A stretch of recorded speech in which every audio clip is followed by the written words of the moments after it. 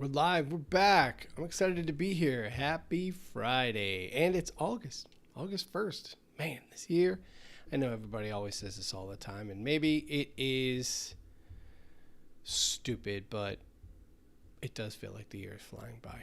Anyway, I'm inspired to talk about a blog post. I know, snooze. Hang on.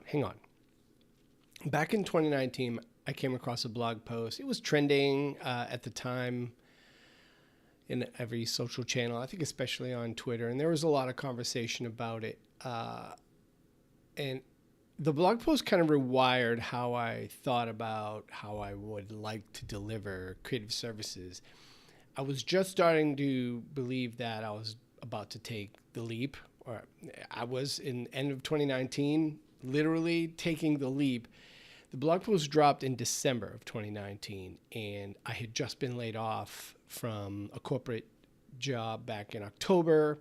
They were super generous. I was working through a runway, and I had committed to making this business real, Resonant Pixel Company.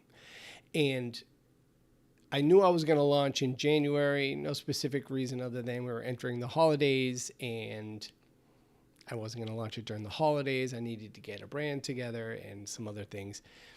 And the blog post is Nathan Barry's very popular, The Ladders of Wealth Creation.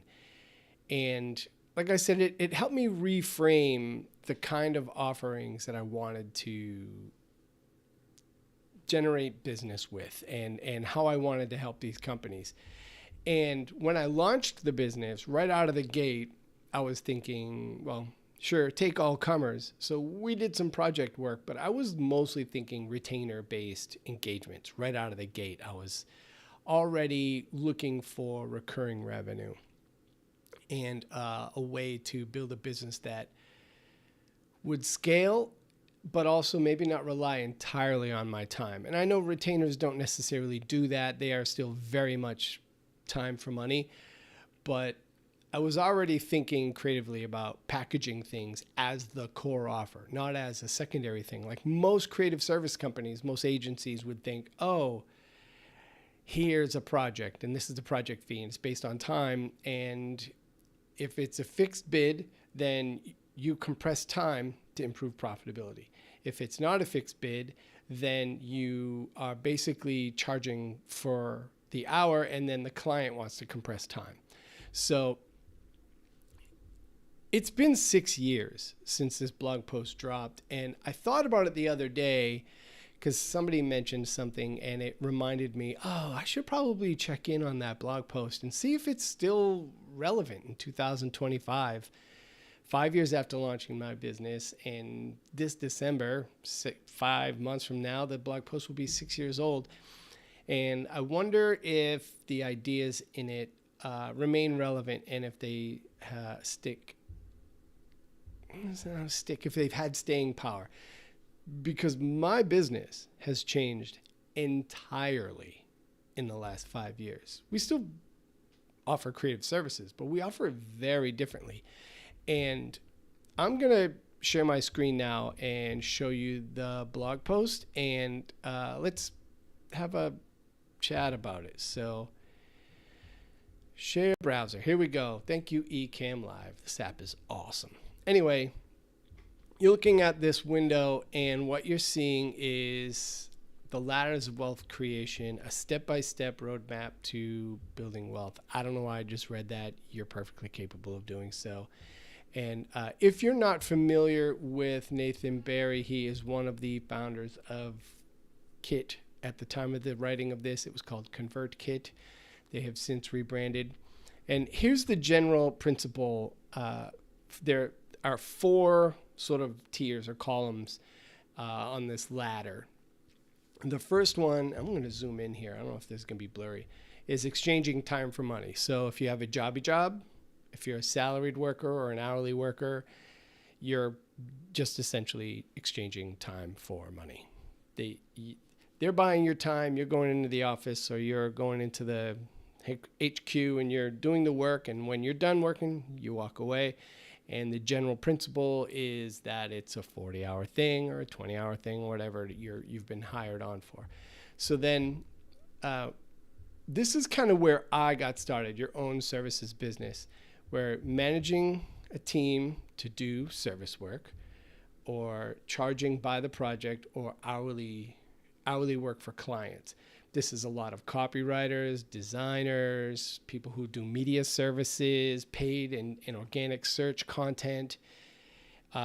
This is basically, and he's got the little running an agency thing here. It doesn't have to be an agency. There are lots of businesses that do this. You could argue plumbers, HVAC, a lot of home services, right? You could argue construction teams, even if they're working fixed bid and repairing your deck or adding an addition onto the house or replacing the roof. Even the mechanic, the service department at the dealership is basically doing this, right? Some of it is fixed bid, fixed project, but they're compressing time to improve profitability. The idea would be to get more projects in, more cars in and out. The hairdresser needs to hit more appointments, then they're going to try and compress time by moving a little bit faster so they can take a walk in or something like that. This is owning your own services business. This is the next ladder up. The third tier is where we move away from one-to-one and start offering things one-to-many. And this column is less one-to-many than, say, SaaS over here and selling products. But the general idea here is that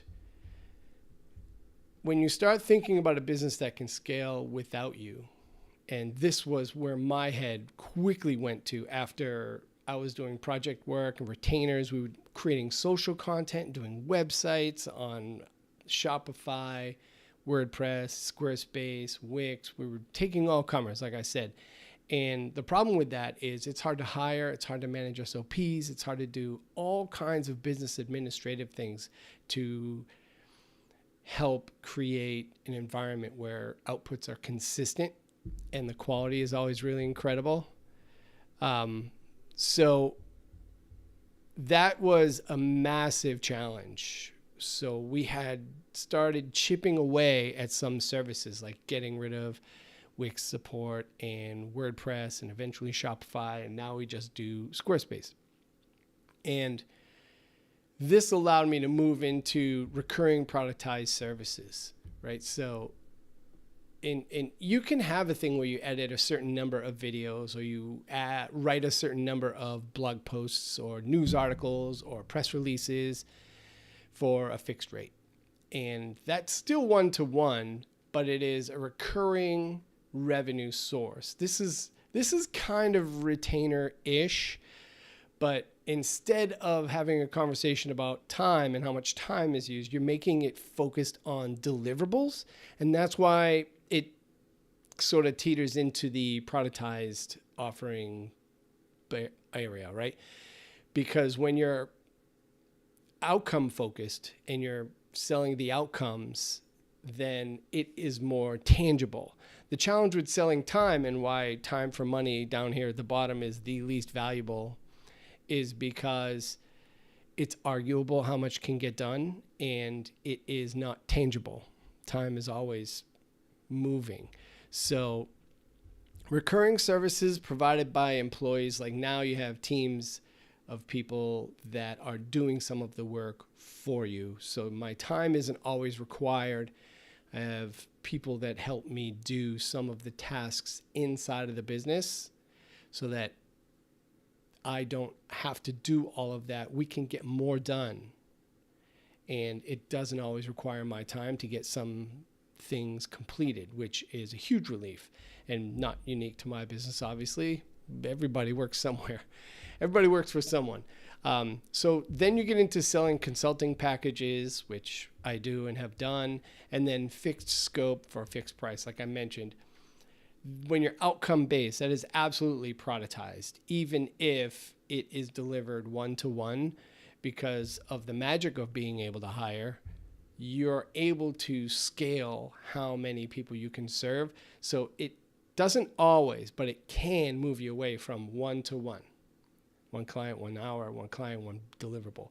You could have repeated deliverable of deliveries of this outcome over and over again. And then you get into the highest level, marketplaces and social networks. SaaS, obviously, software as a service, is a massive. That's probably one of the most profitable ones here. Subscription software launched with consulting services. This is what Resonant Pixel does. This is what I do. And then physical products and e-commerce, products sold in an existing ecosystem.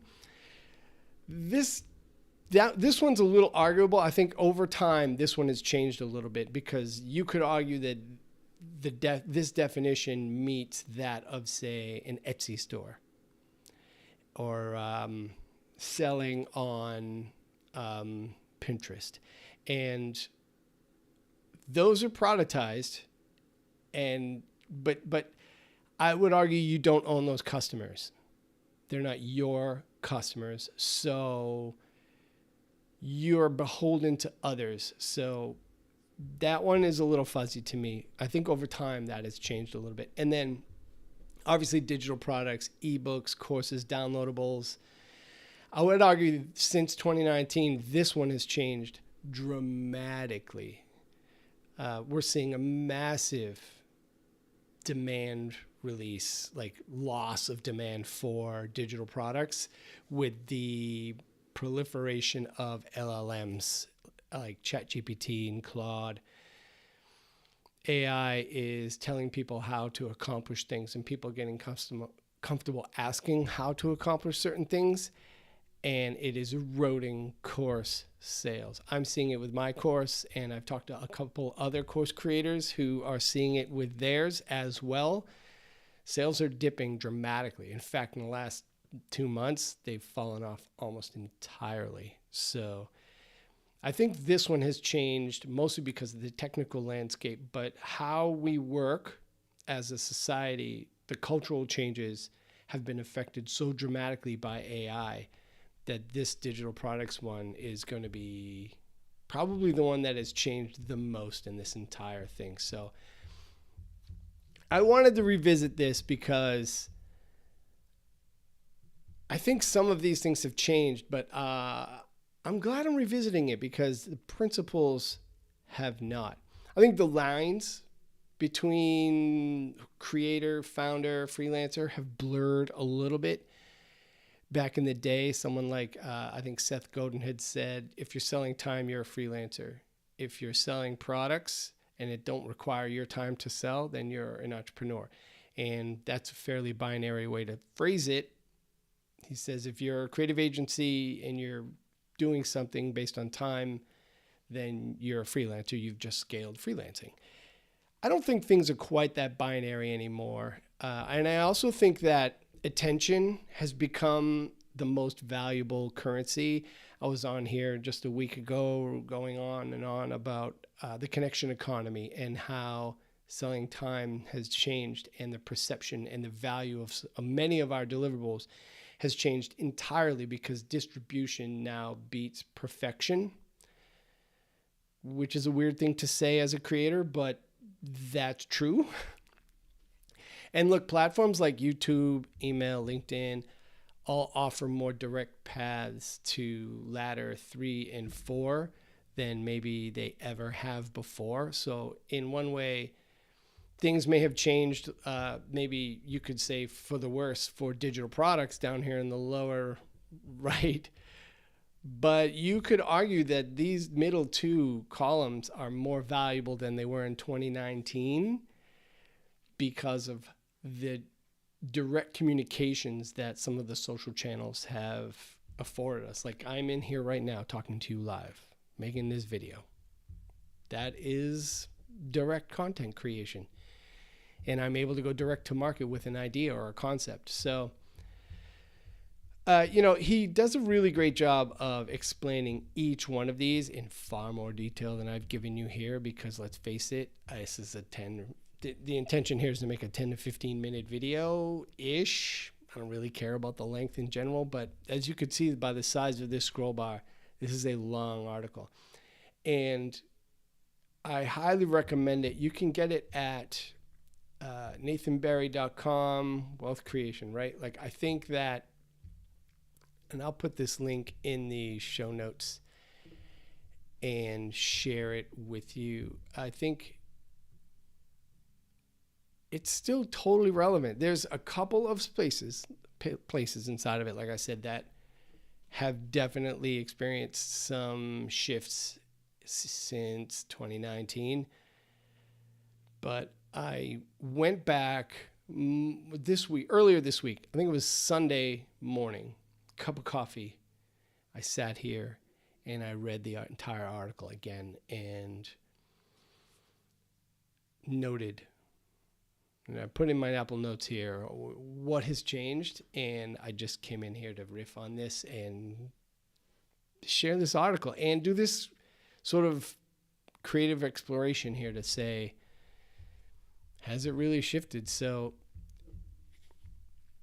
if you're stuck in the first ladder and only trading time for money,